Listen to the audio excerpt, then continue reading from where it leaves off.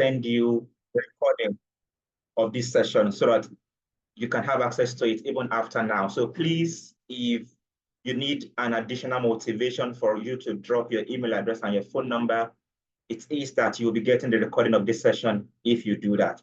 Thank you most sincerely. Ladies and gentlemen, the president has said a lot in our welcome address, but I want you to picture somebody like Tawheed. Tawheed is a civil servant who earns around 150,000 per month. And before the 10th of every month, Tawheed is stranded. And at the moment, he usually borrows money to, meet up every other needs, living paycheck to paycheck. Tawheed is the father or the leader of a family of 4, struggling every time. If that doesn't ring a bell, picture here me see a very young girl we find in the open market who is selling vegetables, and you get to wonder, what is Yemisi doing in the market? Selling vegetables, selling pepper to you as an individual. And Yemisi doesn't have an option than to do that, because if she doesn't do, she probably will not have access to resources to eat that very day. This is a dilemma of a lot of families in Nigeria and beyond. And today, Bait Sakina, Caesars Indian Foundation have decided we should talk about family financial stability. And to do that for us is a very amazing resource person, which I am going to be introducing right about now. Ladies and gentlemen, our resource person, Dr. Basheer Oshodi, has over 24 years work experience in banking, real estate, and academia. He is the chief executive at Trust Author, a fund management company and advisor to a UK real estate fund. He was group head, non-interest banking at Sterling Bank, and set up the non-interest banking window since 2013 and lead the team on the alternative bank setup. He was a member of the non-interest finance working group sponsored by EFINA and was a member of the SEC Alternative Finance Market Master Plan Committee. Dr. Basheer was head non-interest finance and head research at EFINA. He was head Islamic banking risk and compliance at Stanbic IBTC Bank, a member of Standard Bank Group, and set up the non-interest banking window in 2009. He also initiated product compliance with non-interest finance principles for Stanbic IBTC Asset Management Limited. Dr. Basheer has worked as an investment analyst and business analyst in other capacities. Dr. Basheer has completed programs at Side Business School, University of Oxford, University of Pennsylvania, Columbia University, the University of Lagos, London Metropolitan University, University of Buckingham, and Da Vinci Institute, South Africa. Ladies and gentlemen, I'm very sure you must be thinking to yourself that our resource person is very loaded. Ladies and gentlemen, please join me to appreciate using any means you can do that. If your video is on, you can, of course, show your applause. If you want to use the virtual applause, please do that. If you also want to use the chat box, please do that. Ladies and gentlemen, our resource person. So you have the floor. Commence your presentation. Okay, thank you very much. Let me start with a prayer. La ilaha illallah wa la sharika lahu lahul mulk wa lahul hamd wa huwa ala kulli shay'in qadir. Alhamdulillah wa subhanallah wa la ilaha illallah akbar wa la hawla wa la quwwata illa billah. Subhanallah wa bihamdihi nadakakihi wa rida nafsihi wa zinata arshi wa midada kalimati. Thank you very much for the invite. Again, I must confess that I'm just learning a lot of things. It means that every day we all learn by the second, if you know what I mean. I want to acknowledge my big brother, Lukman Abilaye. He's my mentor. He's a guide. I want to acknowledge you very quickly. I'm Dr. Nurat Akalabi. Thanks for the invite. My in-law, Sister Ramat. I appreciate you and everybody here. And of course, the general host, if you like. Now, could you kindly allow me share my screen? Oh, lovely, I can share it now. So I can take a little more control of what we're going to be talking about. Now, as much as possible, I'm going to try and run us through, if you like, a framework, first and foremost. I just left the program this morning where I don't know if you know about IMC, Islam Muslim Community. I know, of course, we try to do orphanage too and a few other things. We've done one now already. I'm trying to do cemetery. I'm trying to do, I'm also talking about the Muslim fold and the fact that many of us are like Tawheed and Yemisi, right? And then even when we started to talk about the hospital, one of our fathers stood up and said, if you want to have a women hospital, you don't have the skills, you don't have the skill sets to have women hospital. Our Muslim sisters are not even medical doctors. Maybe they are, a number of them, but not enough to serve the market. Knowing very well that a few others have gone here and there around the world, if you like, call it Japa, right? Now, in the middle of all of these things, we then have pressures, economic pressures. You know what I tell people? Economic pressures are permanent. If you look at, economic history of the world, in the last 200 years, 300 years, let's even think about the time of the Prophet Sallallahu Alaihi Wasallam. Let's even leave that period and go to the time of Noah and not be Noah. May Allah be pleased with all of them. There were challenges. He was supposed to build the ark, supposed to get the animals in. It took him hundreds of years to do that. Challenges. What have we not seen before? So in the middle of challenges, people must excel. It's the will of Allah to excel. But if you don't excel, it's also the will of Allah to excel. However, we cannot excel. So we're going to be talking about how to break the barriers of these challenges because they're constant. I'm going to show one on my slide. We call them predictable surprises. The surprise that will come, right? It doesn't matter whether you're religious or you're not religious. The forces of challenges will always come. Can you remember if you're in the plane, told there's a kind of turbulence ahead. You're all scared that turbulence ahead. Yesterday I was still on the plane and they said there was turbulence. I'm like, turbulence, not again. There will always be turbulence.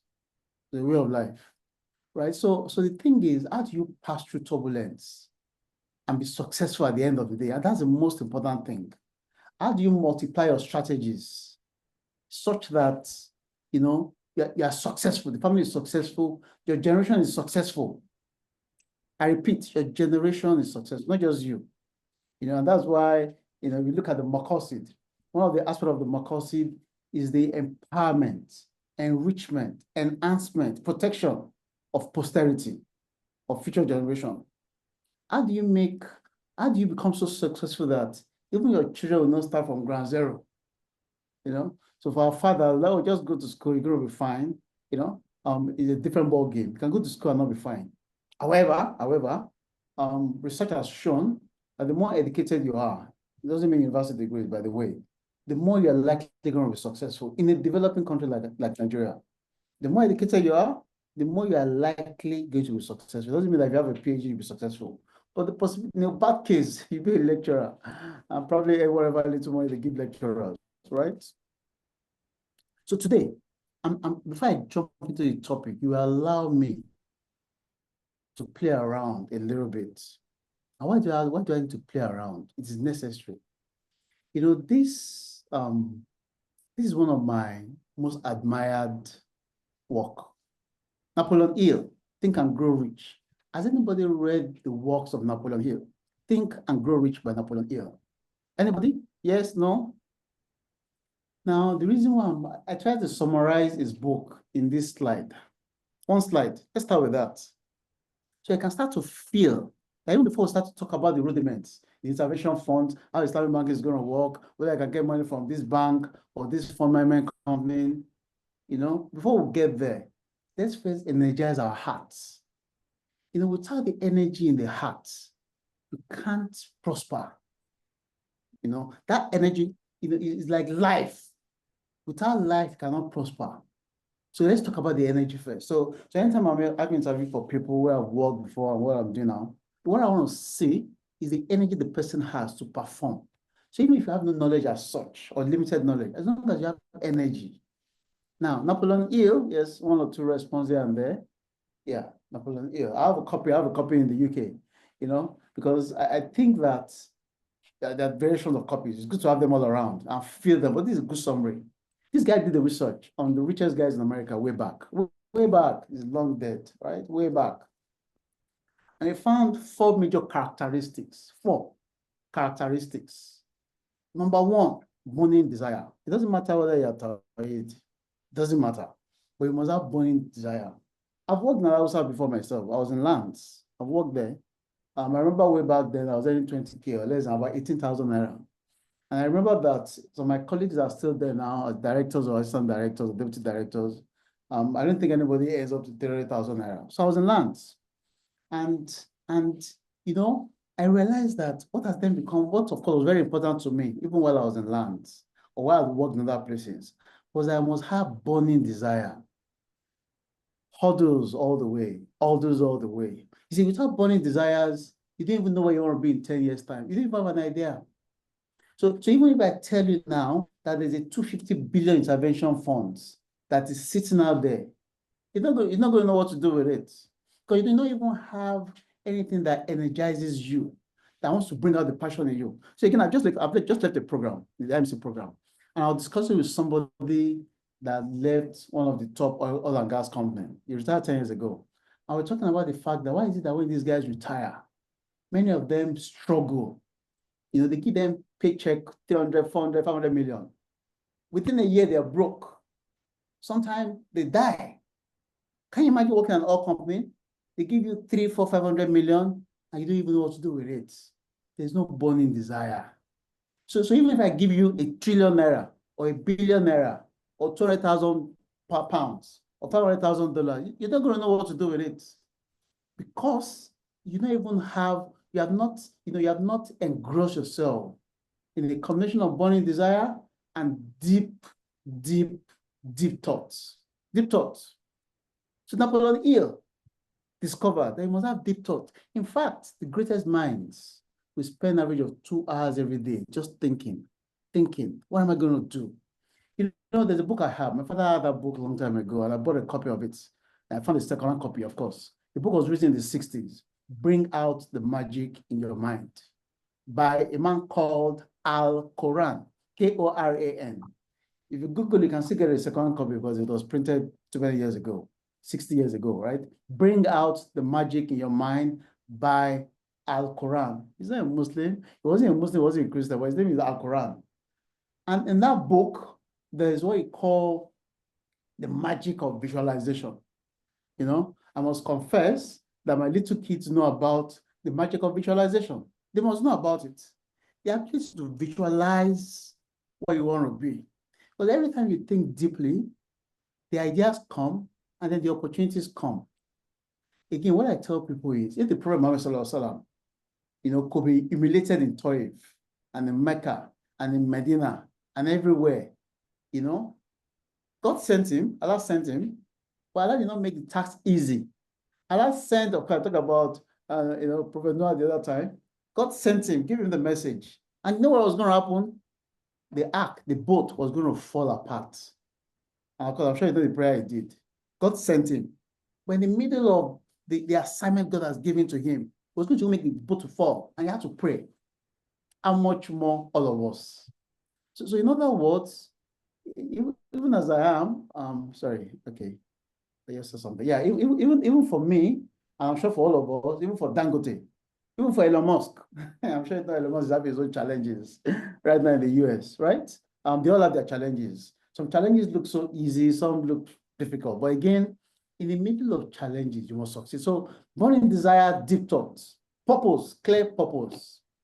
Again, you know, one of the banks called me a night ago, yeah, last night actually. They're talking about this transaction that, you know, is going bad, you know, and I was trying to advise on how we can remodel it, right? How we can remodel it. Now, in other words, what I'm trying to talk about is that, you know, even for the top banks anywhere in the world, either the US or South Africa or Hong Kong, even the top banks, you have transactions that will go bad, right? The reason I'm talking about is because even when you have a very good purpose, clear purpose, you can still make mistakes. You know, even if you have the best minds, review documents, you can still, there can be error in those, in the analysis. How much more if it's just you by yourself, thinking deep. So in other words, every time you think deep and you have a clear purpose, you can make mistakes. But in the middle of this mistake, how can you become persistent? In other words, Napoleon Hill in his book talked about persistence, that the ability to stand, and to stand very quickly for that matter, right? So again, you can fall a million times, right? The richest guys in the world, not just the richest guys, the people that are successful. I'm sure you've listened to Nobel Prize winners. They tell that they're going to become Nobel Prize winners. They're just doing their thing, businessmen. The other day I was speaking with a lady again, this very week, or last week rather, just a few days ago. This person was struggling with work. And I was, because of course I must confess that I mentor in one of the universities in the UK. And I told this person a year ago, do you know what? Don't leave your job, don't worry. In this job that you have, they were paying the person like less than like 100,000. I said, on this job, all the people you need to be successful are within you, all the people you need. Because the kind of people that go into that office. I said, just be conscious of that opportunity. If you start to look for a pin around you, you find it. If you don't look for a pin, you're not going to find it. So the guy that has worked in Shell or Chevron or ExxonMobil, he goes on with 400 million. He doesn't know what to do with it. And so the gentleman today was telling me, even when their car, when they're in service, right? Even when your car breaks down, they tell you just leave it. They'll bring another car to come and pick you up. And, an insurance company come and pick up the car. In Nigeria, your power, you live in an estate where, it's taken care of by the cooperative or something. So when there's a small shock, very small shock, everybody falls apart. How much time do I have? Can I know how much time I have? I'm still on one slide. Just text me how much time I have so that I can know how to manage time.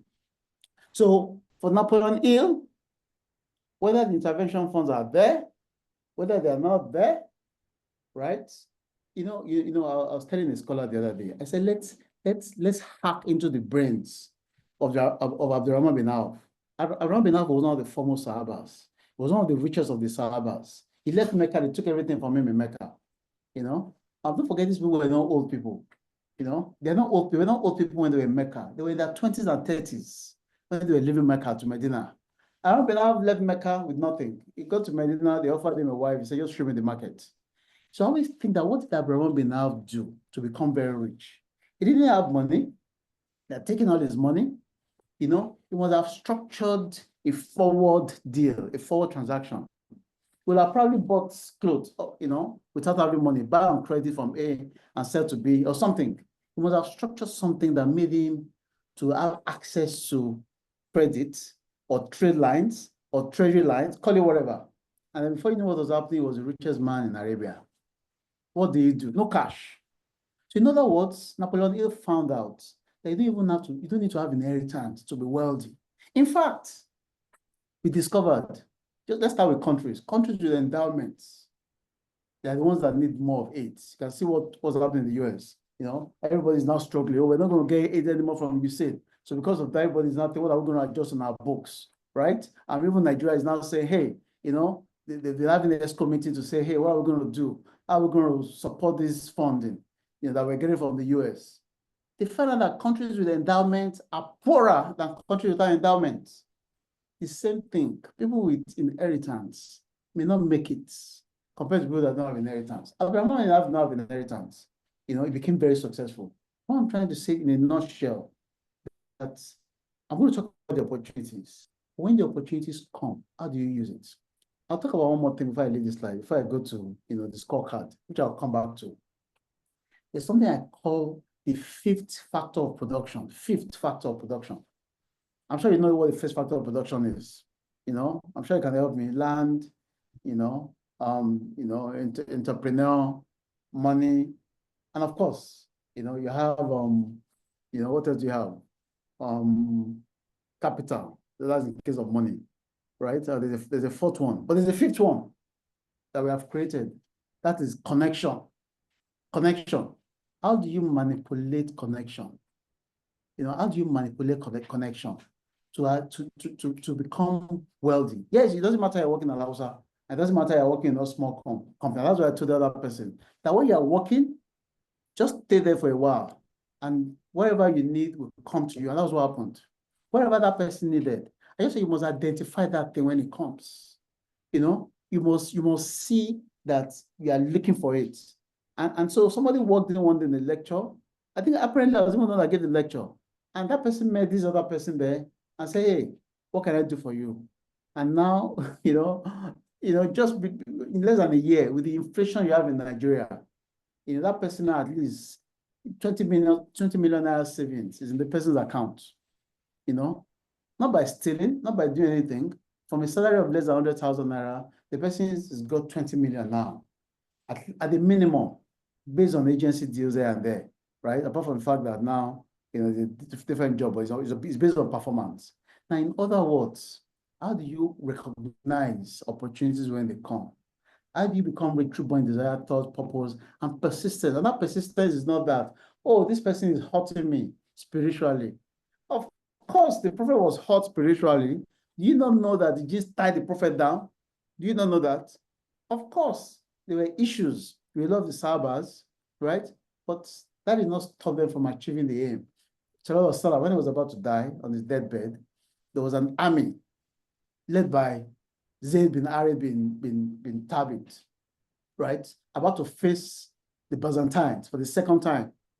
In the middle of that challenge, he was a young man, was it 19 or 20 thereabout? And Sahabas were even saying, hey, Prophet, why are you sending this small boy to lead us? But even when the Prophet was about to die, there was still a major order. He still wanted to go to war, to face the Byzantines the second after they have lost the first war. Challenges until he died, until he died suddenly, right? So again, let's look at scorecard very quickly. Now, if you look at my scorecard, you can see my reference is said business school. Apologies, right? I have to pick stuff from business school, right? I'm not going to talk about all of them. I'm just going to talk about differentiating or what we call differentiation in some instances. Driving up willingness to perform, to succeed, to excel. I'll talk about improving industry attractiveness. Then normalizing risk, if you like, in banking, call it mitigating risk. How do you see risk and jump into it? Or how do you see risk and just dodge it, right? So I can mitigate it to a very large extent. Now, how can you convert whatever factor of production that you have into cash, right? So when I was working at Laos a very long time ago, I led in 2006, way back then, while I was working there, I started to do my course on Islamic finance because my purpose was clear, right? This is where I want to be in 10, 20 years time, right? While I was working there, I started to put together, some business proposition to say, okay, I'm going to try this. Many failed, some were successful, right? Said to build a plan. That's for me, for example. So in other words, wherever you are, there must be a plan. That plan may be successful, may not be successful. But you know what? Do you know that Bill Gates, the first proposition he had, or the first business he had, collapsed? Do you know it collapsed? I'm sure you know it collapsed. Bill Gates' first business collapsed, right? It started all over again. Let's leave all of the business cases. Let's come to the basics, But before then, you allow me to run through this slide also very quickly. I'm not going to talk about everything on this slide, right? I like when Sister Nora was talking about vulnerabilities, right? So we've set to identify that what are the vulnerabilities in our system, social vulnerabilities, economic vulnerabilities, and if you like, political vulnerabilities, right? So it means, I tell people, our destiny is a function of the destiny of our country, of our continent, and of the people around us, our destiny. Our destiny cannot be in isolation, right? If you look at the story of Saudi Arabia, King Saud, when he took over Arabia again, right? After it was, of course, it was on exile. By the time he came back in the 40s, thereabout, 1940s, Saudi Arabia was the poorest country on earth, and before, of course, the Americans discovered oil, and then, they formed whatever company that has become Aramco today. And then Saudi, it was owned by the US government. Gradually, they decided to take over that company, slowly and gradually over time. King Faisal was killed, was shot in the process by his brother. Again, that's another story. In other words, King Faisal that was killed, right, had a story. He had a future that was setting for the country. So that everybody that would live in that country, in 10, 20, 40 years' time will be financially stable. So in the 40s, 50s, 60s, that country was in serious, there are serious political vulnerabilities, right? Now, again, political vulnerabilities of a country affects the individuals.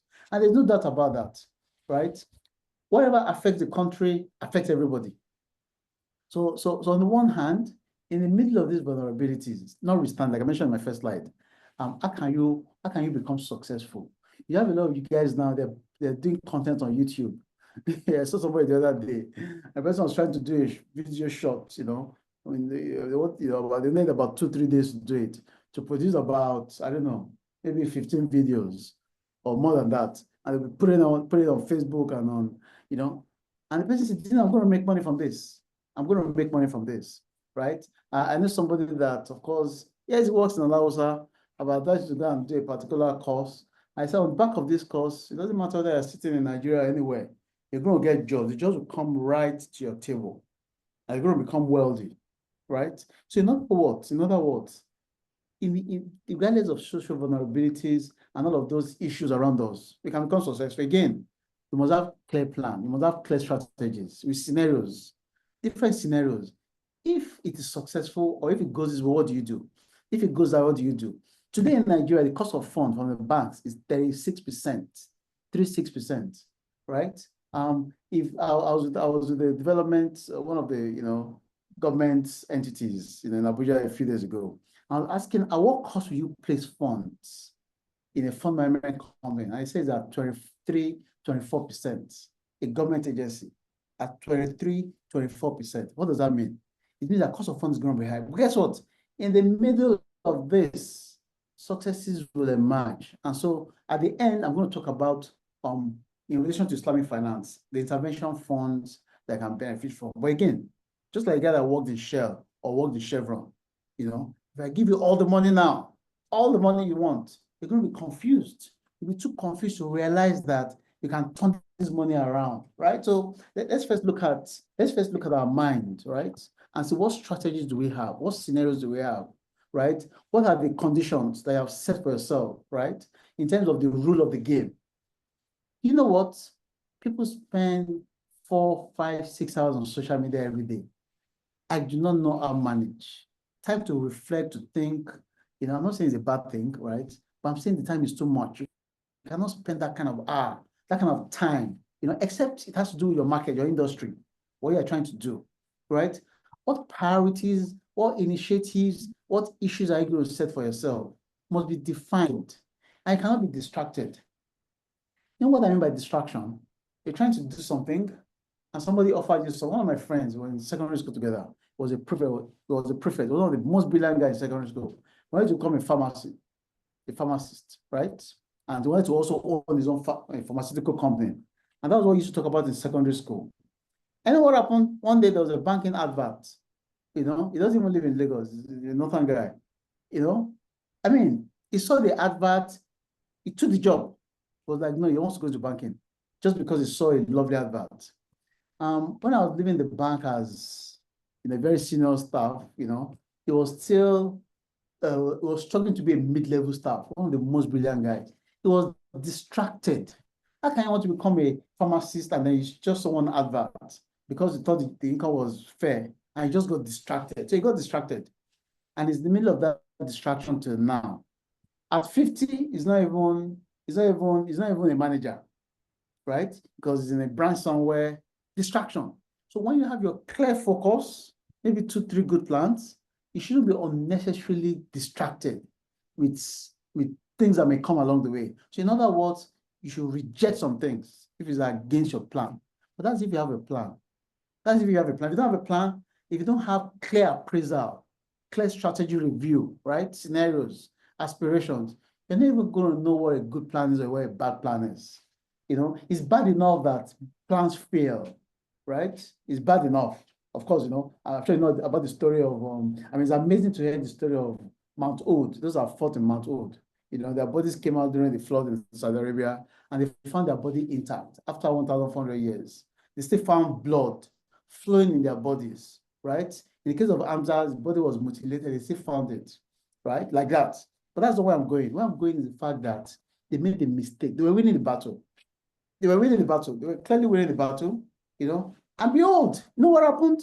Behold, they saw pretty ladies running, They were running, and all the booty the Mexicans brought, they were dropping the booty, horses, camels, and the pretty ladies were running. And they were like, what? We have won the war, And people said, the prophet said we shouldn't leave this mountain. They said, but we have won the war, let's leave. And then some of them left. A few stayed there. And of course, the Mexicans saw that the people on the hill had left, and they got rid of them.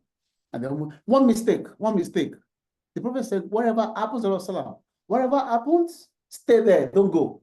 Because when people say, but we have won, in other words, of course, despite that fact, Allah has favored them because, the good people notwithstanding, they made a mistake, many of them died, but Allah, they're still among the highest companions of their judgment, right?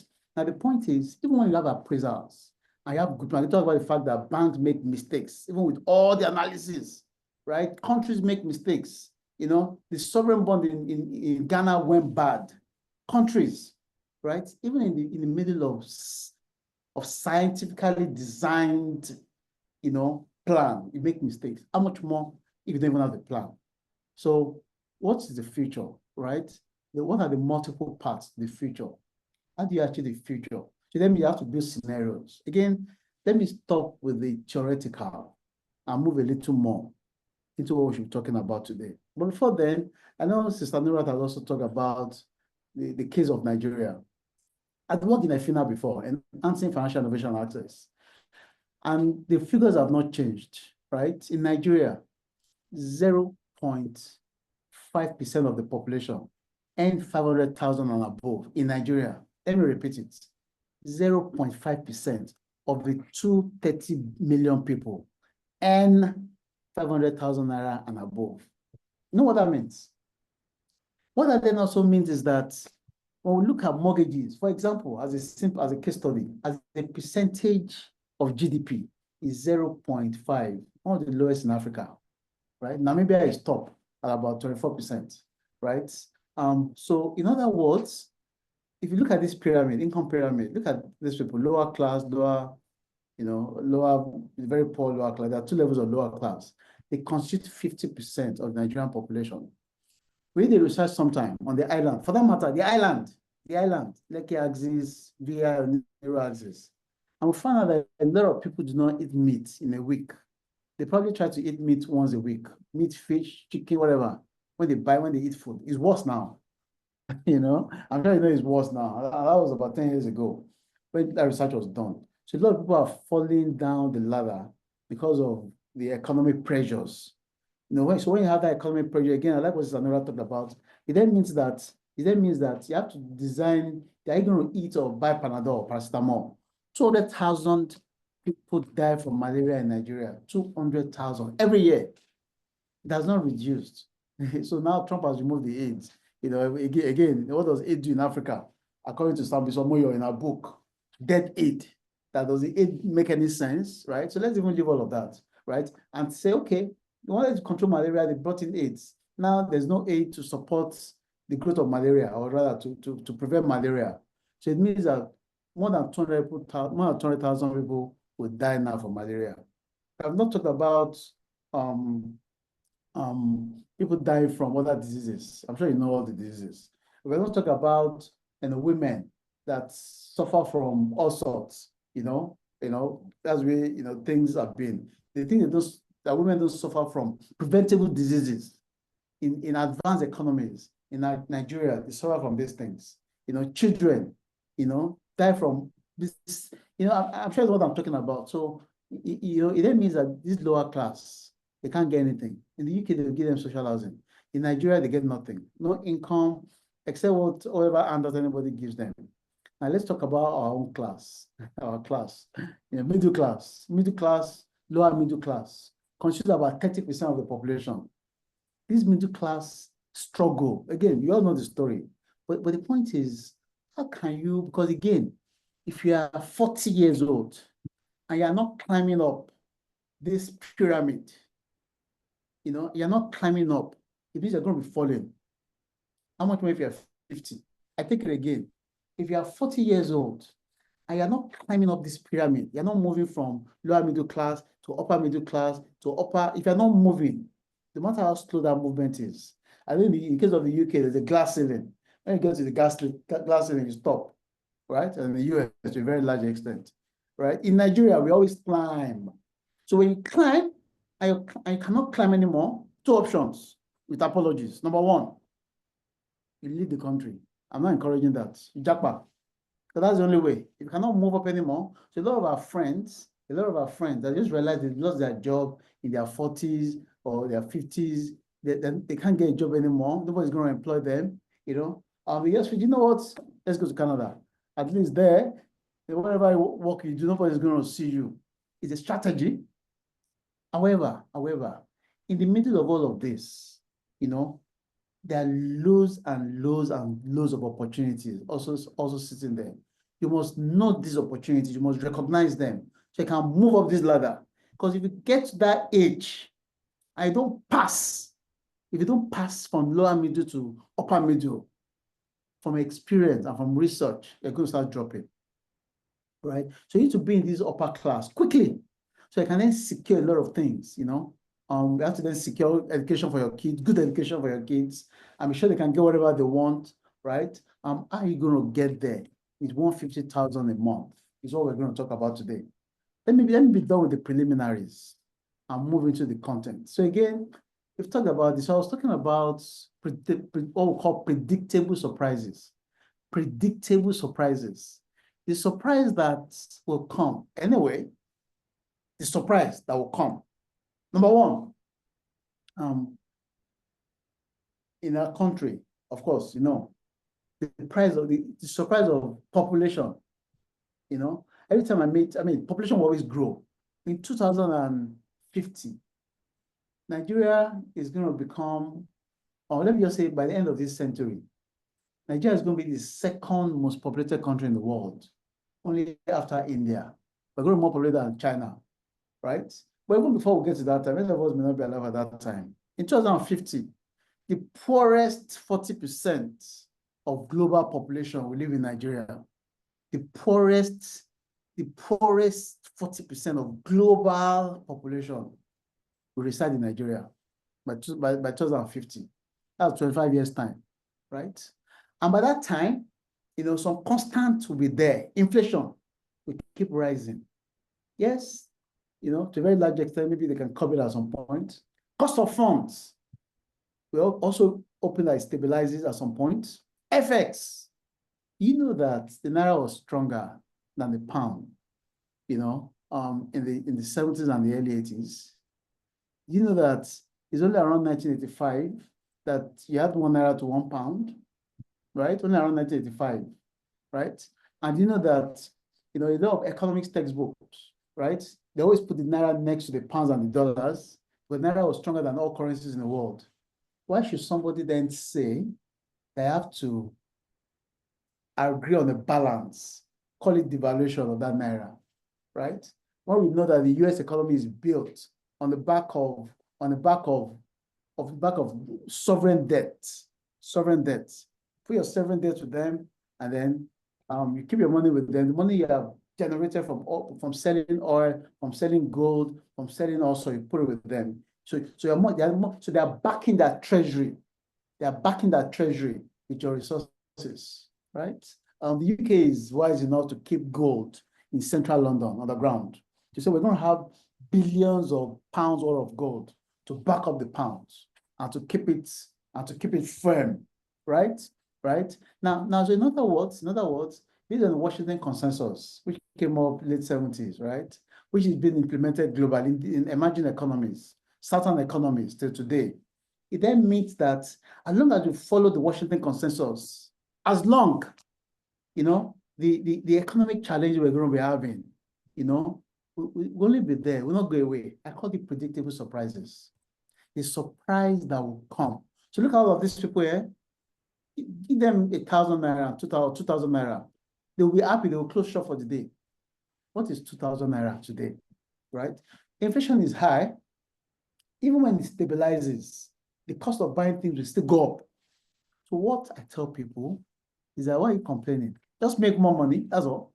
Just make much more money. Why are you complaining that power is expensive? You can't just make more money, you know? And that's not the problem. It's like saying that, you know, you're running your business at a deficit, then increase your profitability.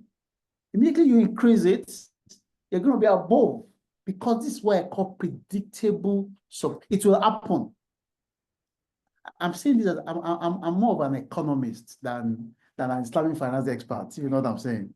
You know, so I can understand, you know, the economic trajectory clearly, right? Food inflation. There are no special funds to give the agri-guys subsidies. If you have subsidies in the US, in the agricultural space, you know, it then means that those financial subsidies that we should have, you know, they are hardly there anymore. And of course, Boko Haram, the guy can go to, I know somebody that his father was a top person in government. A top person, I don't want to mention his name, I don't want to give you an idea. A top military person in government. He ran away from his farm in Kaduna. They killed they took all the cows, hundreds of cows, or like thousands of cows, they had that much. And they took over. If somebody of that caliber can run away from his farm, how much more others that we know of? So it then means that this food inflation will keep rising. Again, what's the solution? To make more money. Because again, can you solve the national problem? All of us here, even if we talk for 2 days consistently, we're not going to solve the national problem, but we can solve our own problems and the problems of our family and our descendants to come. And that's what we're going to talk about. Job insecurity. Again, you know, even for those working, you know, it's bad enough that you're not earning enough on your job. You know, even if you're a CEO, it doesn't matter. How much more if or we then lose that job, right? And that's why I'm saying that whatever we do, we must find other opportunities very quickly and see how we can use the system, the good in the system, the good that is making today, this week, this month, last month, people became billionaires in Nigeria, for example. How did they become billionaires? What did they do? Let's assume they didn't steal. How did they become billionaires? People today have access to credit that will allow them build their business. I gave a talk yesterday in a program, Muslims, and somebody was talking about savings and investment. And I said, if you have 1 million in your account, put up your hand. All hands were down. I said, if you have 1 million, put up your hand. Nobody's got 1 million in their account. You know, so I was telling them that, you know what, it's not about, you know, the theories around savings and investments, even though people got Nobel Prizes on them, but they're not effective in that part of the world because we cannot even save. You know, even for me, I'm going to tell you that I saved really, you know, again, it's good to save. I'm not saying not good to save, but because of the need. So again, how do we break these challenges? I can go on and on with the challenge, but we don't talk about challenge today. We want to talk about how we can solve all of these problems. I keep talking about the fact that in the middle of challenges, there are opportunities. If I used to work in Stanbic, I remember then, you had a guy from South Africa, I love the guys from South Africa. Anytime I talk about the fact that, oh, but there's no license, or rather, sorry, there's no guideline to do Islamic finance, it's not being released. These are the challenges that we have. You know what? One of them called me one day and said, Basheer, don't talk about challenges, talk about opportunities. At that point, I realized that whether you have, you know, whether it's a policy issue or whatever, you should be converting that to opportunities. And at that very moment, you know, even though there were no guidelines that we could use, because some of those guidelines was done, I think, March 2009. And of course, we couldn't use it to do Islamic banking. And so even when we got employed to do Islamic banking, there were no policies. So the next was to help the regulators come with policies. The next one was to release products that did not need policies, right? I said to create, you know, fund management products because we could still move with that, right? In other words, in the middle of all of these vulnerabilities, you know, how do we get out of it? Again, deep thoughts. Yes, you must look for something. If you don't look for something, you're not going to find it. I repeat, as simple as that.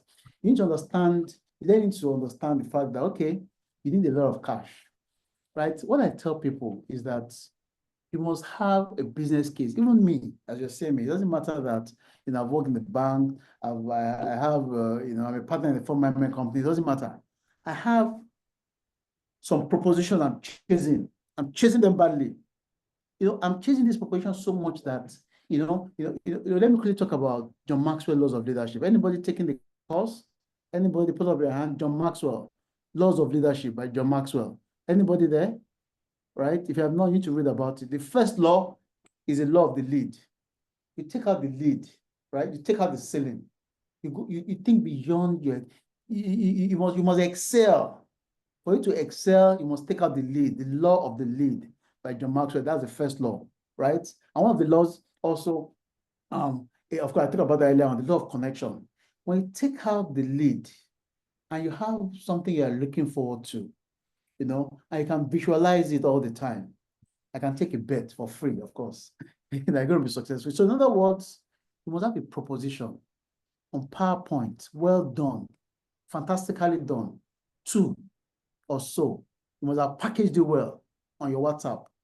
So when you meet the person, somewhere last night, I had to see one of the monarchs, and while I was there, apparently the governor was there. That's very good. While I was waiting to see the governor, I couldn't talk about what I need to. Last night, I sent him something. It was already there. I didn't have to think of, how am I going to get to this governor now? I sent him something that night. He responded. You know what I'm saying? It may click, it may not click, it doesn't matter. But for the fact that you are ready, you remember Boy Scouts in those days, you have to be ready. You are ready to push your proposition. It doesn't matter what that proposition is. Somebody somewhere, at the meeting we had yesterday, the program we had for the youth, we got the names of 10 people. We said 10 people must write down their names today. We're going to help them start a business. 10 people. People wrote their names. These 10 people, we're giving them mentors. These mentors will look at them and say, how much do you want? 5 million, 2 million, 20 million. The business, have you done it before? Have you not done it before? What can we do differently? I said, let's start with 10 people. On the back of government intervention fund, not the market fund. Because again, I must confess to you, I'm going to talk about that. There's a 75 billion MSME fund that sits with BOI today, right? One of the Muslims are arguing, all you have to do is to go there and say, you know what, give me this money on the basis of making sure you're compliant. That is all. There's a 250 billion mortgage fund that's going to kick off later this month. Mortgage funds. It's going for 25 years, 250 billion. We're doing the Sharia compliant version of it, inshallah, under 250 billion. Every year, you have an average of 500 billion worth of fund for mortgages at 12% federal government fund, right? I'm just talking about just a bit of it, aside others. So if there's a fund that sits with Bank of Industry, or there's a fund that sits with Development Bank of Nigeria, or whatever, why can't you go for it, right? If the non-interest bank have access on funds, why can't you go and say, no, I don't want the money you have gotten from depositors at 32%. I want to align with this fund. If you don't have the proposition, or if you don't have the team, then put together a team. Again, that's what I said.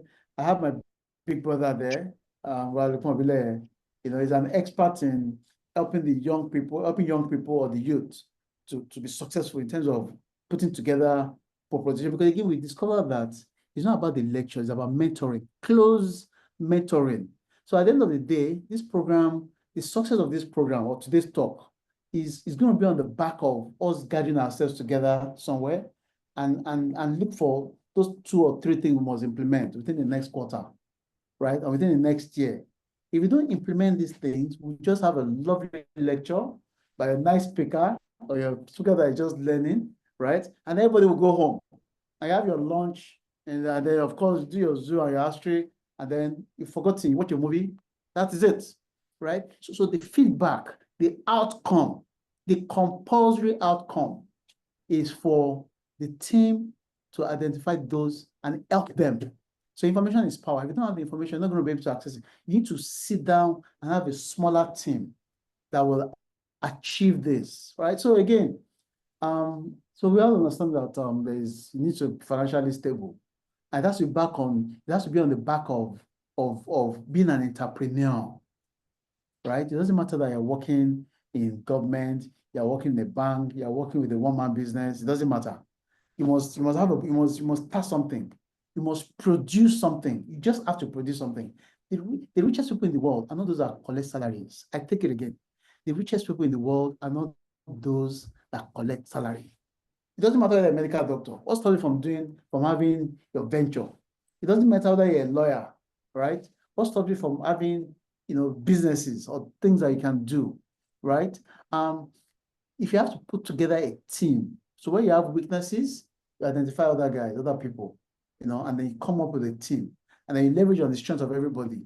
I tell people, don't select your team on the back of the fact that this person went to my secondary school, or we're in the same room in university. Hey, that's not what we want. What we want is this person has land, right? Another person has connection. Another person, has whatever, skills. He knows how to put things together. He has the knowledge. He's on the back of strength of the other party that come up with this. Those that don't have strength, they have to energize them to ensure that the entrepreneurial zeal enters into them. That power of entrepreneurship must get into them. So again, I have a choice to tell you today that when you save a lot of money, you're going to become rich. That's a big lie. It doesn't matter, again, like I mentioned, that there are people that won Nobel Prizes on the back of that. Not in our country, but even when you save, the value of your savings is diminishing against inflation. I'm sure you know that, right? It's not even stabilizing against inflation. Even if you have sukuk, it doesn't matter. It's still a form of savings. If your sukuk is at 15% and inflation is at 32% or 35%, your sukuk is giving you negative profits, but at least you can hold your money to an extent. So again, you have to just become entrepreneurs. Again, case studies. You need to have, again, we can't cover everything here. At the end of the day, let's have a team that will mentor people to put together things that they can then ride on the back of their passion, on the back of your passion. So on the back of your passion, we then say, okay, this is what I want to do. I want to be making Gary. I want to go and be packing Gary. That's what I want to do, Gary. I mean, the guy that is making dates today, I'm sure you know him. The guy that make dates Europe. He thought deeply, what's he going to do? Now, struggling, he decided to get equity here and there. The guys are doing money point, microfinance. You don't need to have the money. That is not the owner of the money that is using to do business.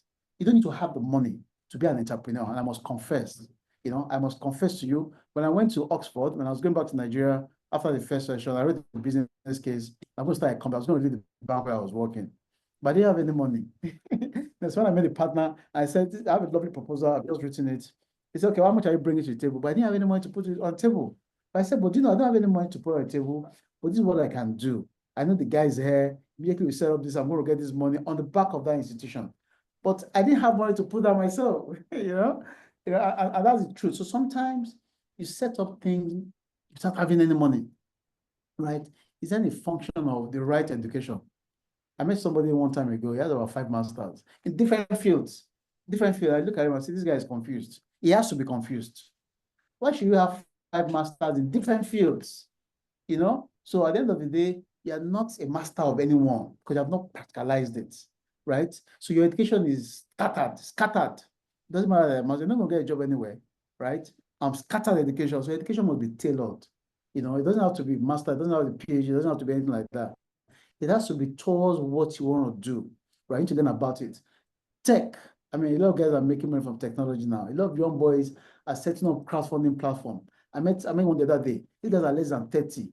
They are mobilizing 5 billion naira with some app. Even though the governance structure is not sound, but they're mobilizing the money. Maybe it's going to bust, maybe it's not going to bust. I don't know. But the point is that they've been able to structure something. So you bring the right team together, right? So you need quality education that is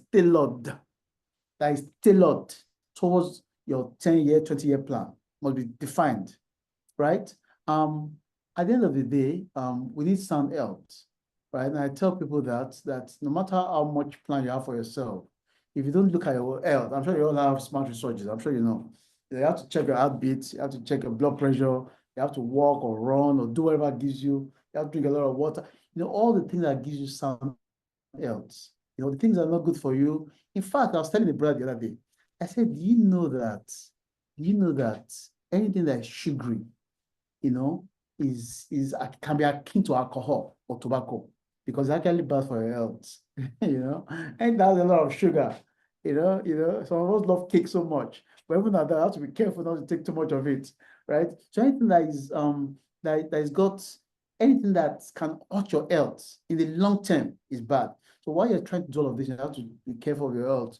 Àwọn Yorùbá máa sọ pé Ọlọ́run máa sọ wá ní ẹni tó máa ń ṣe àdúrà kan, I can't put it well. Aládùúrà kan that the only prayer you have is, please God, give me health, give me health, give me health.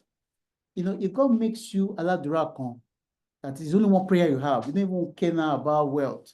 You're just thinking that, I just want to be well. I want to be able to stand up. I want to be able to walk around. Then, it then means you cannot achieve all the other things, because you're then restricted to just asking for health and health and health. Meanwhile, you need to be able to talk about how you can support the economy, take part in jihad of any sort, anything that will enhance the growth of humanity, better lives of people. If you like the Makasud Sharia, which is about good life for everybody, whatever community you are, whatever part of the world you live in, you must be able to get all of these things. So again, I'm spending time on health. Again, part of the outcome, which is very, very important of this session, is to then consider health programs. Again, the bank used to do a lot.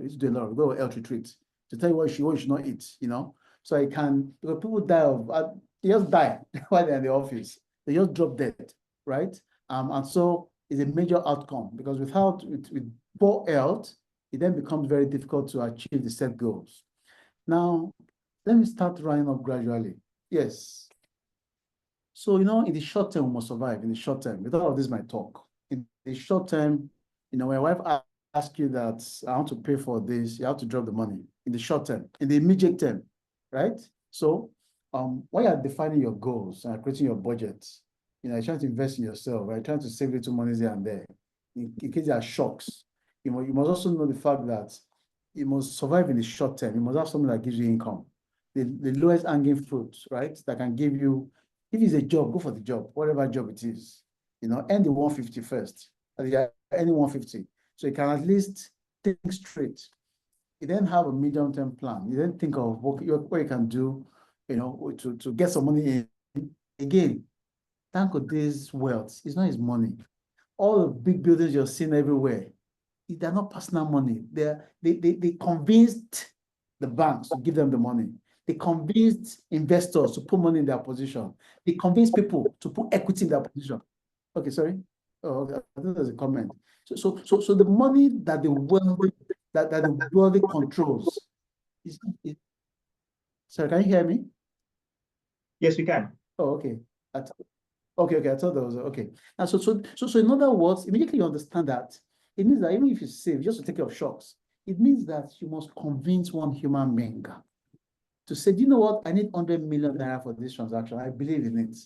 And I must make sure that human being, or that set of human beings, of people, of entrepreneurs, family, friends, cousin, friend's friend, it doesn't matter, believe in you.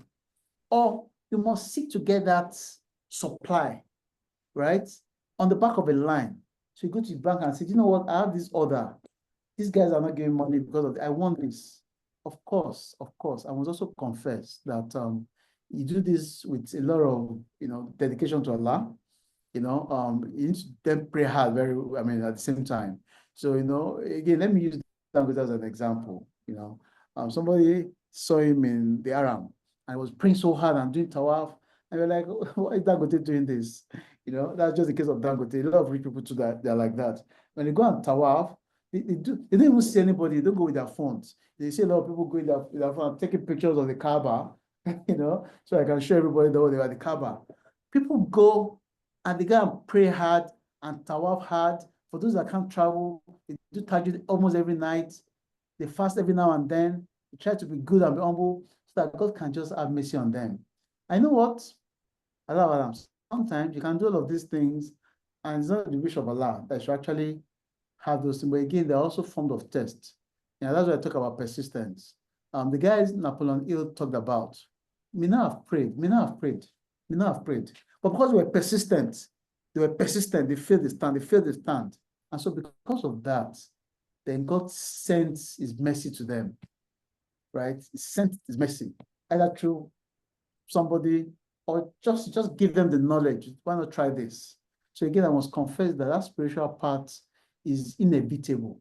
You cannot escape it, right? It's easy for me to talk about all of these things like this, but anyone that knows that you have to spend a lot of time praying very hard, every day just to balance things up, because you really don't know.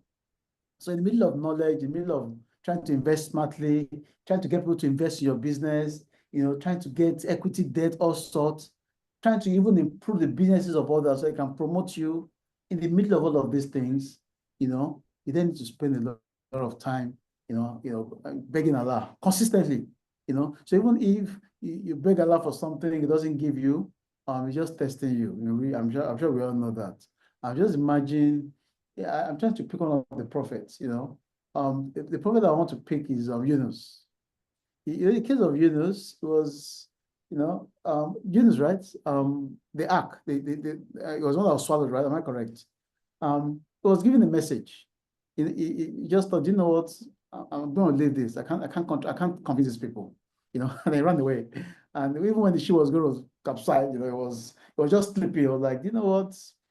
I don't know. And at the end of the day, God, God loved him very much, but God, he still threw him in the water. Like, you need to serve a bit of punishment for not doing this job for me. So in other words, sometimes, even when we pray very hard and we believe that Allah likes us, it still puts us under serious pressures, financial pressure, health pressures, economic, also pressures, so that you can then come out of it fresh, and then of course the message will surely come. And so there's something I always say that the message of Allah will surely come. And because of the kind of conviction that we have as Muslims, we believe in our hearts strongly that no matter how things are, that message will come, regardless of all of the issues. Okay, so I'll spend a bit of time. Let me try and round up. So let me just summarize to say, you know what, on the back of your plan is not some 3-slide document. Yeah, it's going to have one slide, right? That's, quick. Somebody's just give me a pager of what you have in mind. If you want to send a pager, it must be on your phone, standby, right? Then you must also then have a detailed one in PowerPoint with that plan. Well done. You know what I mean? Not shabby, not a shabby job. You must have it. Then on the back of that, you must have your profile, well written. A summary profile, a detailed profile.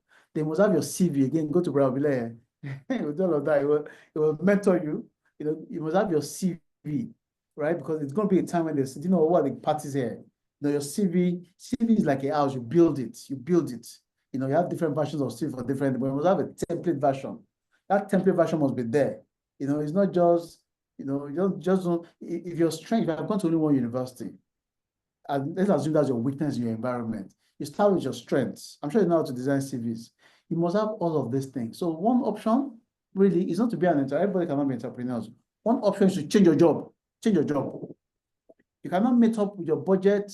You cannot take care of your cost at home. Inflation is eating you up.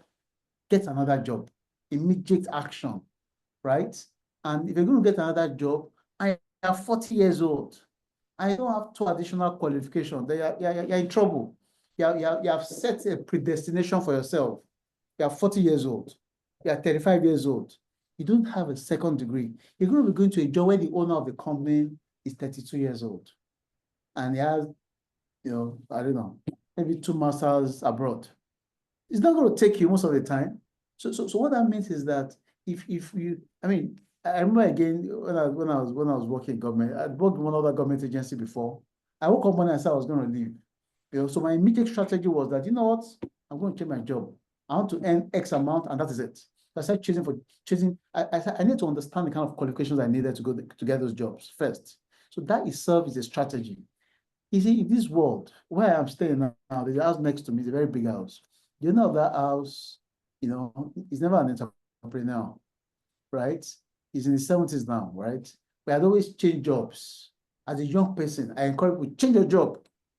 Just change your job, right? If you feel that you're not earning enough, right? And you cannot even convince the guys, your car is not even good, it's getting spoiled all the time, you cannot even pay house rent, you can't pay your mortgage. I repeat, first change your job, right? Do everything possible to get some other opportunities that will give you more income. So in the banking world, I tell young people in banking, people that are less than AGM, I said, you know what? I said, even me, I jumped around a bit, before I then said, you know what, I'm not leaving. When I'm living here, I'm going to start my own thing, right? So if that's the immediate strategy, then apply. Go for it. If your immediate strategy is that, you know what, you want to explore opportunities outside your jurisdiction. I listened to news yesterday. I'm talking about, the head of the Labour Party, Conservative Party in the UK. I'm sure you know her. And they were talking about the immigration plan. I'm like, hey, what's this? Why are you saying this? On a lighter note. And of course, it's not the case of the US. He's driving all of the immigrants. And people have argued that, oh, well, your wife is one and your mother was one at some point. Right? But the point is that you then need to look, if you have to go to other places, you have to look at the appropriate place. You have to think what you can do. You have to be in the right profession that fits into those environments. Is it tech? Tech will always sell well, right? If you're in the sciences, you always get good roles. One of my friends worked together in the bank, and at some point he started his own thing. He's a formal guy. He's not someone that can do his own thing. Luckily, he had the house built for him by his parents, so he didn't have to pay rent. But he's not an entrepreneur. He's a formal guy. He likes to go to the office. At the end of the day, he moved to one of the European countries. Him and his wife got a lovely job, managers in some multinational company, and they're doing fantastically well. So you also have to look at yourself and look at your strengths. That are you going to become an entrepreneur? Are you going to go wherever? Are you going to tap the opportunities you have within, right? Within the country? Are you going to tap these opportunities? And I tell you, if you take a flight from Johannesburg to Lagos, right? 90% of those on the plane, let me just say 80% will be white South Africans, because they see the opportunities in Nigeria, right? If you take a plane from Turkey, Istanbul to Lagos, the bulk of those on that plane are white. They're looking for opportunities there.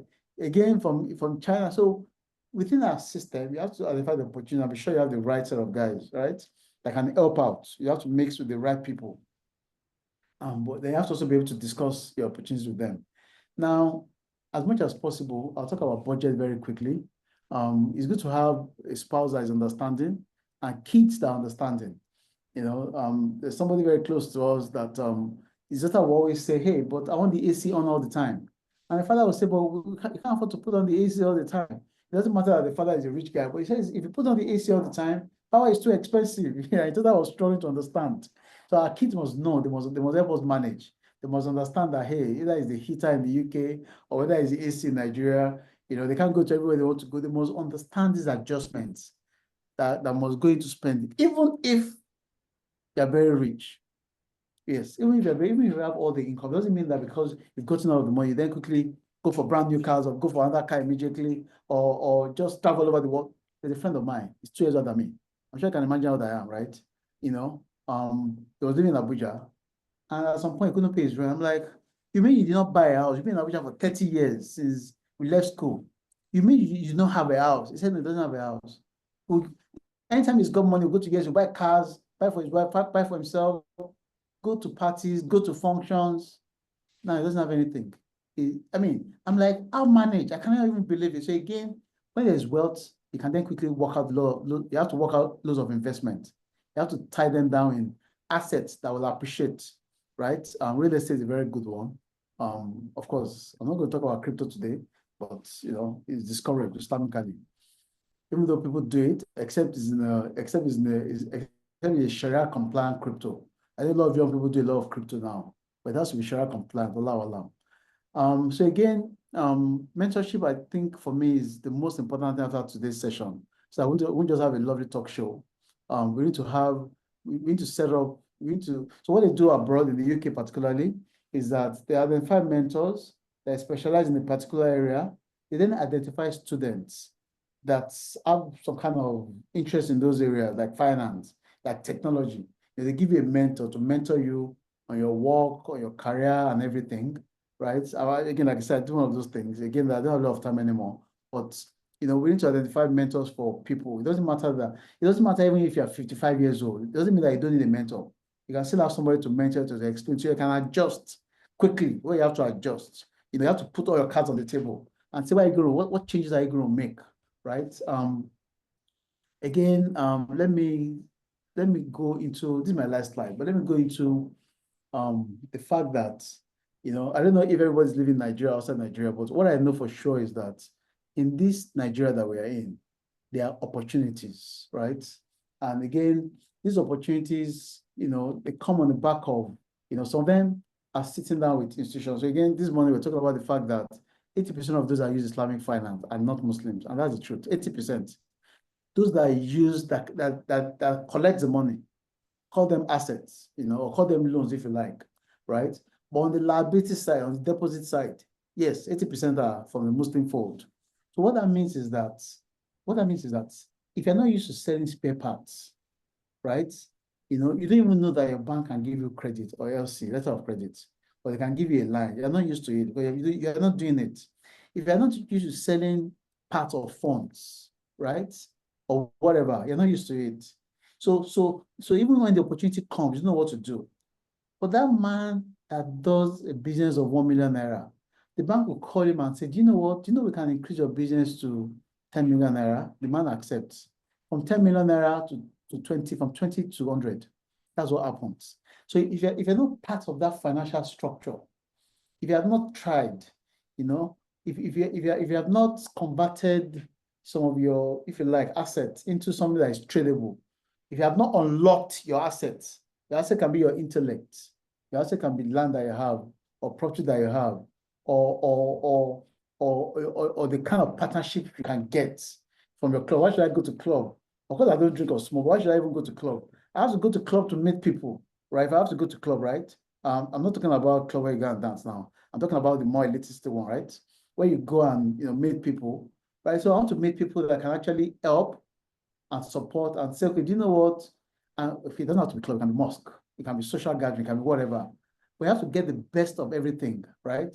So in other words, my advice is, right, if you want to be an entrepreneur, fine. If you want to get a new job, look for the guys that can help. To be an entrepreneur, go to the bank, submit something. For every no, there's a yes written somewhere, right? And sometimes if there's a missing block, right? What is missing is the fact that you don't have a particular thing. Bring in a partner that has that thing, right? Make the person a director, give the person 5% or more or something. Let that person help you, to achieve your desires, right? If connection you don't have, go and get a chairman. Go and get a chairman that can help you open doors, right? You need that chairman to be there, right? So that chairman can then guide you, help you, and ensure that things get done. Then if you have to get a job, if you think you want to get a job, you send those of applications, they're not calling you. When I was in the bank, every year I'll get a new job, but I wasn't going for it because I didn't want to be distracted on LinkedIn. So every year I'll get a top job on LinkedIn, every year on LinkedIn. Just by somebody saying, do you know what, we want you for this job. The HR is out of London. Do you want it? I'll then say, no, I'm going to introduce you to a friend. What I'm trying to say, in other words, if you have a well-designed profile, right, opportunities will come. You can come in front of job, you can come in front of somebody taking you as a partner, you can come in front of somebody say, do you know what? On the back of your profile, I can give you X amount of money to expand your business on the back of your profile alone, right? And that's why I kept saying that, the richest guys you have, all the areas in the core Atlantic and in the Korea and everywhere, they are not personal money, all the guys importing stuff, they're bank's money, or money from investors, right? So again, you must identify all of these things. Again, mentorship is extremely important. The right education.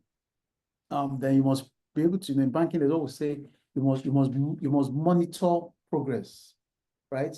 You need to be able to measure performance. It has to be measurable, whatever you are doing, right? You cannot say we'll be trying, You have to be able to say, okay, end of first quarter, I must achieve this. If you don't achieve it, you have to change your strategy. So you must have it written down. Again, you must have your plans written down, and you must be able to track your progress. And if you're not doing that, you have to do that. But again, lastly, I think the mentorship thing is what has become so important. So the mentor can say, when you go to this bank, you can get 2 million without collateral, you can get 5 million without collateral, right? You can actually, if you have a purchase order from Cadbury, because the purchase order from Cadbury or from NASCO or from any of these places, because the purchase order and because it's a reputable company, the company can actually say, you know what? Sorry, the bank can actually say, you don't have collateral, you've not even done it before, but you have a purchase order from a reputable company to supply bottles, to supply iron, to supply whatever. You need to just give it that push. They're going to give you the job. It doesn't matter whether you're working somewhere or not. And so again, I think I just want to end there. End with the fact that mentorship is very important. A lot of prayers will be very important. And as much as possible, anyway, you have weaknesses or shortcomings, identify it very quickly. And don't just be shy about it and seek help, right? In terms of mitigating the risk that comes from you yourself. Allah subhanahu wa ta'ala. Alhamdulillah. I think I'll stop there for now and I'll take questions. Thank you. Thank you very much, sir. Thank you very, very much.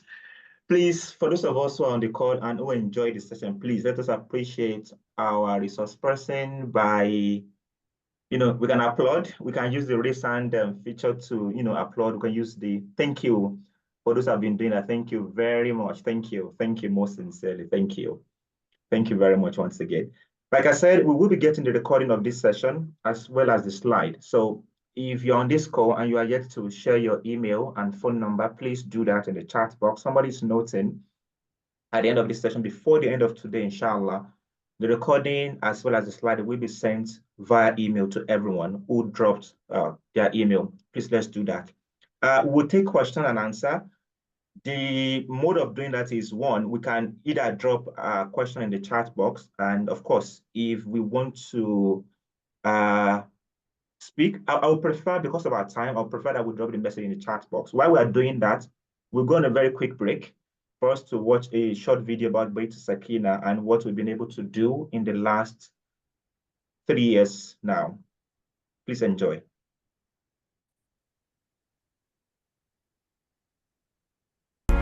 I was so far from you, yet to me you were always so close. I wandered lost in the dark. I closed my eyes to all the signs you put in my way. I walked every day further and further away from you. Ooh, Allah, you brought me home. I thank you with every breath I take. Alhamdulillah, Alhamdulillah. All praises to Allah, all praises to Allah. Alhamdulillah, Alhamdulillah. All praises to Allah, all praises to Allah. I never thought about all the things you have given to me. I never thanked you once. I was too proud to see the truth and prostrate to you until I took the first step, and that's when you opened the doors for me. All right, thank you everyone. That was a short video giving a recap of what we've been able to do here at Sisters in Deen Foundation, and of course with Bait Sakina in the last 2 years. We, like the CTA said on that video, please, to learn more about us, visit our website, www.sistersindeen.org. Thank you. Like I said, we are going to entertain questions, but while we are dropping our question in the chat box, here's a very brief key point I want to remind us from what our lecturer said. The first things first is we should not be comfortable. We should not be comfortable. He captured that in his presentation by saying we should have that burning desire. A lot of people are probably unconsciously comfortable with the state where they are at the moment, and that's why they feel they can explore more. And part of being comfortable is thinking or giving yourself an excuse that maybe there's no better opportunity out there. He framed it by saying, by not being comfortable, you can change job, you can be an entrepreneur, you can jackpot, as the case may be. He also harped on the importance of right education. He framed it by saying, your level of education will go along to determine your level of success. So that underscores the importance of skilling up. It doesn't necessarily mean getting an extra degree. It simply said to skill up. And of course, he talked about mentorship, which he harped a lot of times. He even mentioned that this session is just going to be a talk show if we do not create a framework where people get to be mentored. So I believe that the president, Dr. Nora Kinlabi-Babalola, and other stakeholders of Sisters in Deen Foundation will have a plan as to how we can create that mentor-protege relationship for people to implement the action plan that has been rolled out by our resource person. And finally, from what I have here, sorry, second to the last, is a clear-cut plan an idea, whatever it is you have without a plan, is not going to work. So he talked about having a clear-cut plan. Do you want to be an entrepreneur? What business do you want to go into? Do you want to change jobs? How do you scale up to make sure that you get the job you're trying to look for, that will give you the amount you desire to be earning? And of course, do you want to japa? Whichever plan you have, it should be very detailed, and you should track the progress that you have in those plans. And finally, he emphasized the need for us to be prayerful and not just go to Saudi Arabia to take pictures of videos in Haram, but to pray. And if you do not have the opportunity to go to Saudi to do Hajj or Umrah to visit Haram, you can do a tahajjud. He mentioned that we cannot underestimate the importance of being spiritual in this journey of becoming financially stable. Thank you once again to Dr. Basheer Oshodi for that amazing session. We have a lot of questions. Sir, I will be dictating the questions now for you to attend to them as we have them. Is that okay, sir?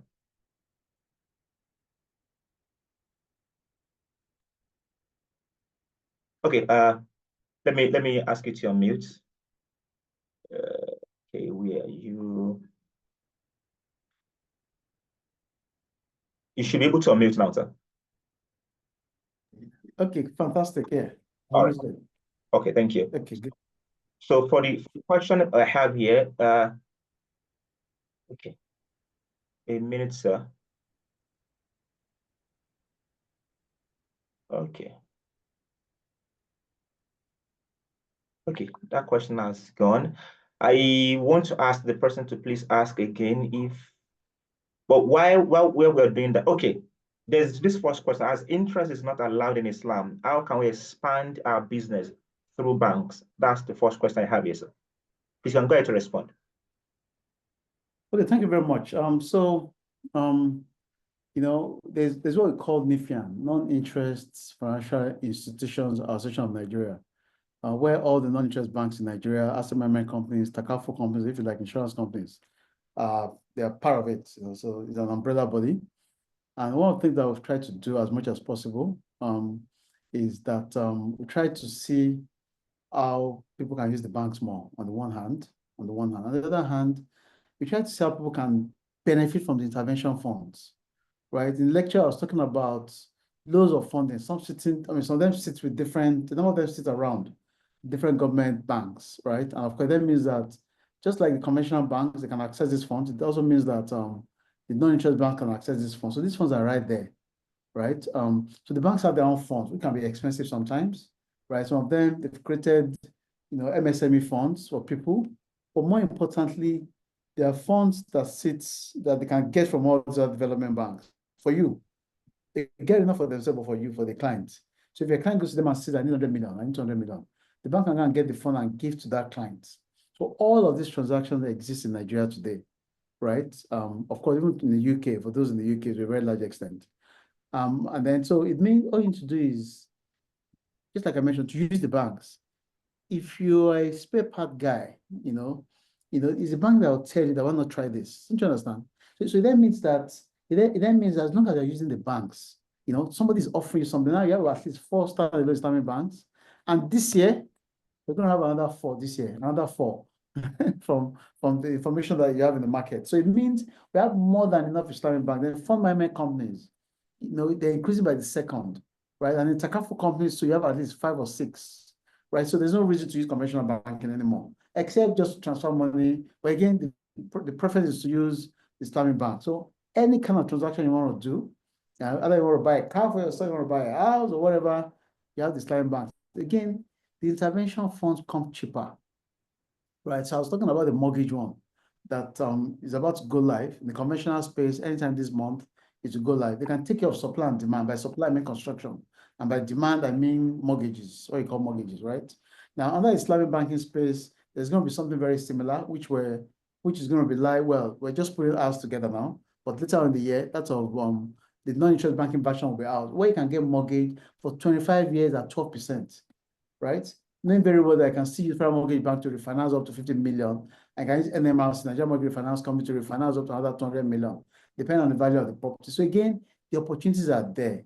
So part of what we should then do in the group is to share that information and that knowledge. We must know that these things exist, right? But again, the easiest way to start is by going to your bank, through your friend that works in the bank or somebody, or brother Bile that knows everybody, to say, please help us. This is what we want. Yeah, but yeah, so there are transactions. So again, that must quickly define interest. Interest is money earned or money received on money itself as a condition for that money or for that loan. When I receive money on money itself, and that money I'm receiving is a condition, right, for the loan, that is interest. But immediately I buy you a phone from Samsung, I buy you the phone, I sell it, I buy from Samsung, I sell it to you. I buy for 100 naira, sell for 120 naira. The dynamics changes, right? It's no more interest. So Sharia compliant transactions are on the back of the process, right? If I do partnership with you, it's no longer interest. I was telling my students yesterday that in Nigeria, the developer, I met a developer, what they do, they go to the bank, they really know the fund, and the developer, they do a tripartite agreement for real estate. So at the end of the day, they release so much money, whatever amount. The bank has got its own share, number of units that goes to the bank. The owner of the fund gets number of units. The entrepreneur, the developer gets his own unit. So it's like a tripartite agreement. At the end of the day, if you're supposed to sell the house for 100 naira, 100 million naira, and by the time you want to sell, it's going for 120, then your lock, it's going for 150, your lock. So no matter the size of the business, from oil and gas transaction to commodity trading, you have the Sharia compliant version in Nigeria. So again, Sharia compliance then is not money on money itself, but buying and selling, buying and leasing, partnership. Those are the main concepts. Or we call wakala transaction, which is a kind of what we call agency transaction. So all of these exist in Nigeria today, and they're quite capitalized, and they have a lot of cash flow. There's no Islamic bank that has less than 200 billion sitting in them doing nothing. There's no Islamic bank in the 200 billion. So how much do you want? Maybe the very big ticket transaction, we can syndicate those ones or can put them in form of sukuk and all of that. But for whatever transaction you want, the cash is right there. You just have to find it. Yeah. I'll take the next question, please. Okay, thank you, sir. So I want to merge up to 30 questions because they are almost the same thing. They are in the line of investment. So one says, what are the available windows for investment in this current economy? And that one says, what type of halal investment can I go into in Nigeria with 50 million naira? And that one is asking options for entrepreneurs in accessing finance for scaling their existing businesses, particularly at alternative bank. Then, and that one is still asking for grant and investment opportunities you can recommend. So all around grant and investment, then one about opportunities businesses can tap into at alternative bank to scale up. Then from my end, just for you to take it up together, sir, I want to ask on the part of mentorship, since you emphasized it a lot during your presentation, is there anything your organization, Trust Author, can do? Is there a program that is currently available that interested individuals can key into moving forward? Thank you. Okay, thanks. Thanks for the question. They're quite similar. Available window. Again, I'm sure you know. I can mention the banks if you don't mind. There's Jai, there's Taj, there's Lotus, there's the Alternative Bank, which is Sterling Bank. They have products. Just to go to a bank and say, this is what I have. Sometimes Islamic finance is actually structured finance. So what that means is that there's no blanket rule, right? It's for you to say, I want to be selling pen, I want to bring in plugs or phone charger, right? And they then look at it and see the option that works. The transaction is, or I want to be supplying somebody cement, or I want to make blocks. They look at it and say, okay, this is what is going to work, and then they give you a contract. So the options are available. The windows, I mentioned the banks, of course. The fund management companies, to a very large extent, can create portfolios, right? The portfolios can be listed, may not be listed, whatever that means. It can be a private portfolio, right? So quite a number of them also. Trust Author is one. So there are available options. Yeah, of course, like I said, there doesn't, but I believe does not know in this market. So you can show all of the options. If you have 50 million to invest, now the question I'm going to ask first is that 50 million, is it profits that you have earned? Is it borrowed funds? Or is it inheritance? Now, if it's have earned is not, the money does not have it, right? And there's no interest or profits they have to pay on it, right? And the money is freely yours, right? You can go, and then that's number one. Number two is that where do you want to put it? What do you have in mind? You need the money back in 6 months' time, or 1 year's time, or 2 years' time, or 1 month's time. You need the money back in the next 1 month. You put it in a bank. You put it in a bank. The bank will give you profit, not very much, but you need 1 month's time, put it in the bank. If you want to invest for up to 80 days, so 180 days, that's 6 months, you can put in a bank. The profit is low, even for Islamic banks, not too much, but quite competitive. Or you can put it in a fund management company, get higher profits, right? But it has to be longer, but the longer for them, the better. I was speaking with somebody the other day. I wanted to do a bit of dollar transaction, and the person said minimum investment. So it means that I have a plan on to invest dollars. So I was looking for, I didn't want to take the risk of creating an asset, right? I didn't want to also place the money somewhere. I guess I say minimum investment, minimum period is 1 year. If it's not 1 year, they're not taking it. Because if you don't have too much pressure to want to pay back, the money will have generated stuff, right? So again, you can put in the bank. If you think you don't need the money, you can put it to Sukuk. Don't forget Sukuk. It's 7-10 years. You can't get your money back. I said you sell it. By the time you want to sell it, it may have lost its real value. What you call mark to market, right? I think you want to sell on FMDQ platform or NGX. It said that, okay, even this your Sukuk, you bought 50 million. The value today is 48 million. You lose 2 million. That happens to bonds, Sukuk, all of these instruments. They're exposed to mark-to-market, right? And then if you think it's just a year, you can put in commercial papers, right? Or something like commercial papers are just about 270 days. In less than a year, you can get your money back. So it's a function of the source of the money, there's cost to it, and when you want it back, right? Yeah, so that can, again, I can come in to guide you there. And of course, I can just leave you in trust author. But again, like I said, for fund management company, it has to be longer enough. 90 days is fair, but it's not advisable. They want it longer because it means they have to also put it somewhere or put it as part of the pool into another transaction, right? Option for Islamic finance in Nigeria, again, I've talked about that. There are loads of options. They're everywhere. I've mentioned the names of the banks, the fund management companies who are there. Now, grant opportunities. I don't think they are grants as such, but in terms of opportunities, so again, in Nigeria, most of the intervention funds, they go in through the banks. They don't just look at Basheer and say, we like Basheer Oshodi so much. We're going to give him 20 billion naira. They're not going to do that. They're going to pass the money through the banks, right? In the case of BOI, for example, right? You can get money directly from BOI, but then the bank guarantee. The bank must give a guarantee. In Islamic finance, guarantee is what we call kafala, This is how the Prophet ﷺ, somebody died, they were going to pray for him, and somebody say, hey, he's owing us. Everybody said, okay, I can't pray for him. And somebody said, you know what? I'll pay his debt. I'll pay his debt.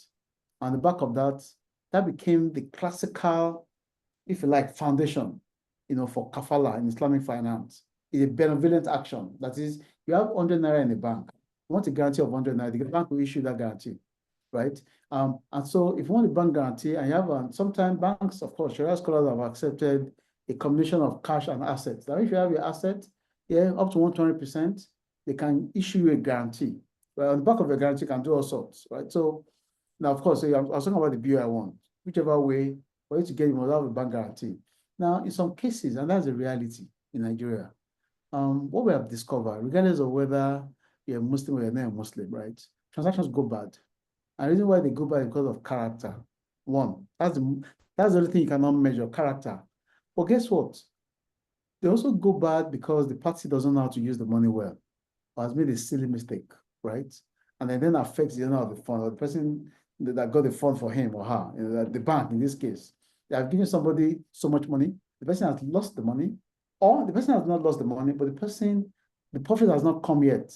Either you're taking counterparty risk, the risk that the person you have supplied cashew nuts has not paid you, or does not have money at that point in time, or is waiting for certain receivables, certain income to come. So because of that, they cannot pay you. Or the risk that you have built, we have not completed it, completion risk or performance risk, right? So these are spillovers. So again, no grant, but so it then means that collateral is very important. The Prophet ﷺ bought food from a Jew and dropped his armor as collateral. That also became a classical reason why Islamic banks say collateral. Collateral sometimes can even be, it can be third-party collateral.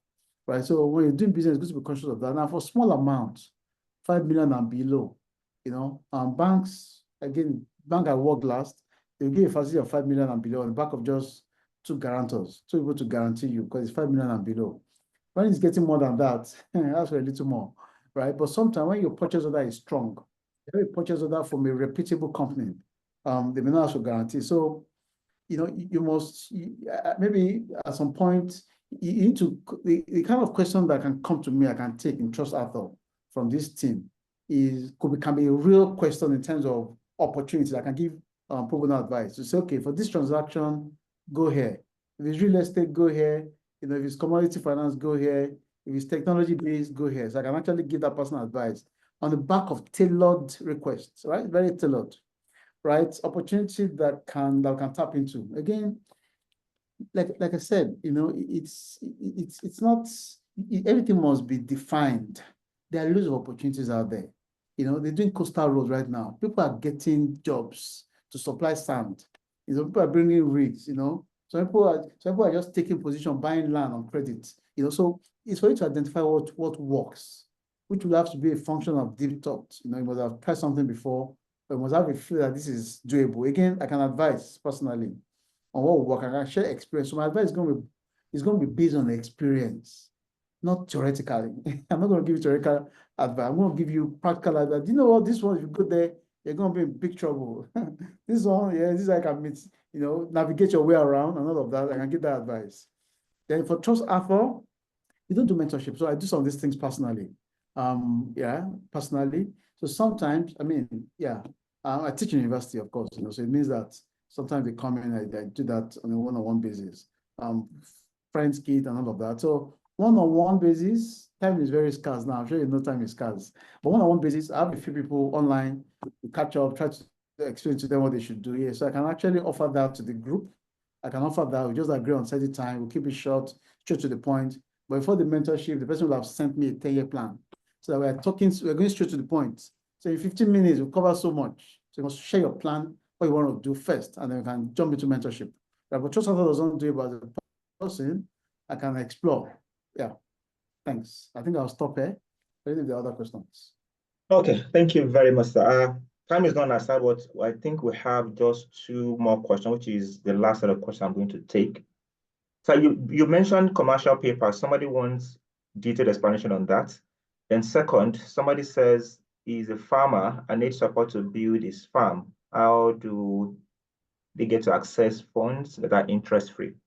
That will be the last 2 questions, inshallah. Okay, thank you very much. Okay, so commercial papers are instruments. So basically, in the capital market, right? Capital market basically, these are companies that are regulated by SEC, Securities and Exchange Commission. Now, these companies are not banks. So Trust Arthur is a capital market player, right? They're not banks. What they do is that they package instruments for people. So if you want to do a sukuk, right?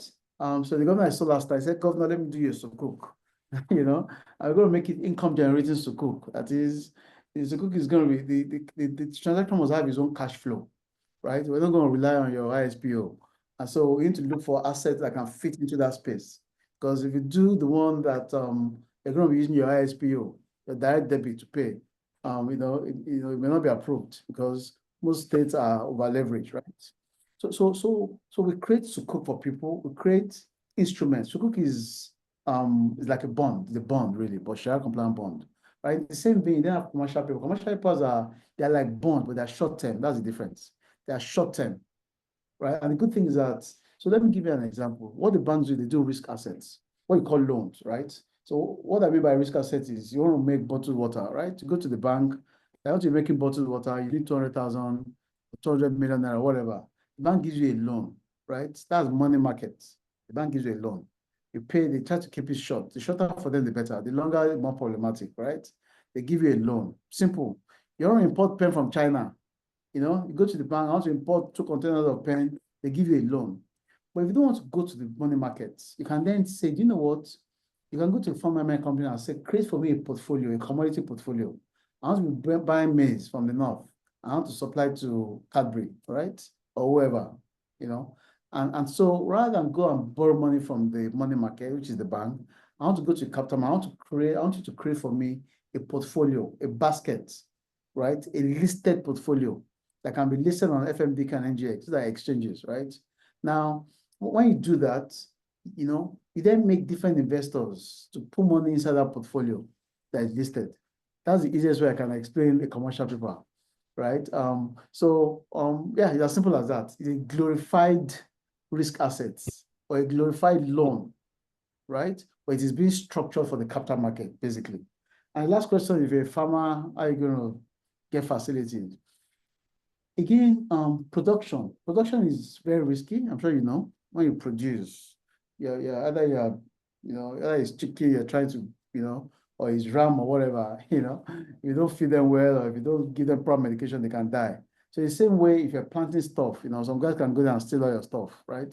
So it's a tough game. So it means that you want to go into production, you must have done your business case. As I say, business cases must, and an integral part of your business case is your risk. You must identify your risk and explain how you want to mitigate all of the risk.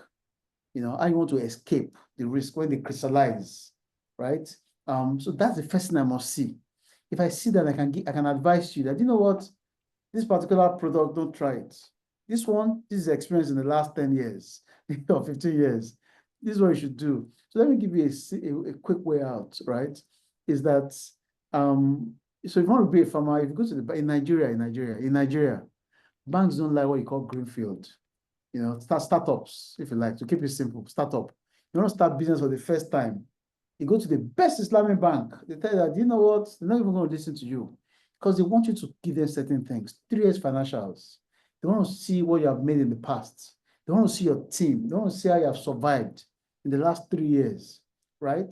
They want to see the people that have done the job for you. They want to see them, right? By the time they look at everything, if it's fairly well, you've not made a lot of profit, but you've made a bit of profit, they can give you money. But we are doing it for the first time with apologies. You're not likely going to get funds. However, if it's a small transaction, like I said, I know where I work, like within 5 million and below. We start with 2 million and below and then 5 million. Even for startups, it's okay, even for lifestyle goods. Okay, you know what? Because it's not a lot of money, not that because it's not a lot of money, but because we feel we can take that risk, we can fragment that risk, right, across. So if you're going to be a farmer, I can have a one-on-one discussion with you and advise you on the easiest entry point into also tell me the exact thing you want to do. But again, I like to have discussions when something has been written, where a bit of energy and deep thought has gone into a document, right? On the back of that document, we can then talk further, just for me to advise. To say, do you know what? If you go to this bank or you go to this fund arranger, you can get money, right? I mean, the truth is that we even do these things for government, I must confess. Government wants probably say, no problem, we can help you arrange it, How much for individuals? So you must be definite in terms of your request, in terms of your need, right? Before I can then give you the right answer. What's the thing you want to produce? Is it maize? Is it cocoa? is it tomato? Where do you have the land? Where's the land? Who are the guys I'll do for? One of my friends, he got this land again. His father gave it to him, or he bought it in his hometown outside Lagos, Ekiti. Massive land, every now and then, Lagos boy would drive to Ekiti. He put his family members there, his extended family members. He got nothing out of it. Nothing out of it. He lost. The land is still there, but the guys working for him were taking everything. So he lost all the money, he invested in the transaction. So we want to see all of those things, the security of course, the farm, and to be sure that you can get your produce out. 1, 2, to be sure your produce can then get to the farm. And to then be sure that when they get to the farm, half of them will not be bad. And to then be sure that the remaining half that is left, are they going to be taken up by some guys or off-takers, if you like. Those are the things that we need to check out. So you need the business plan before we can then have the discussion further. Thank you. Thank you very much. I would sincerely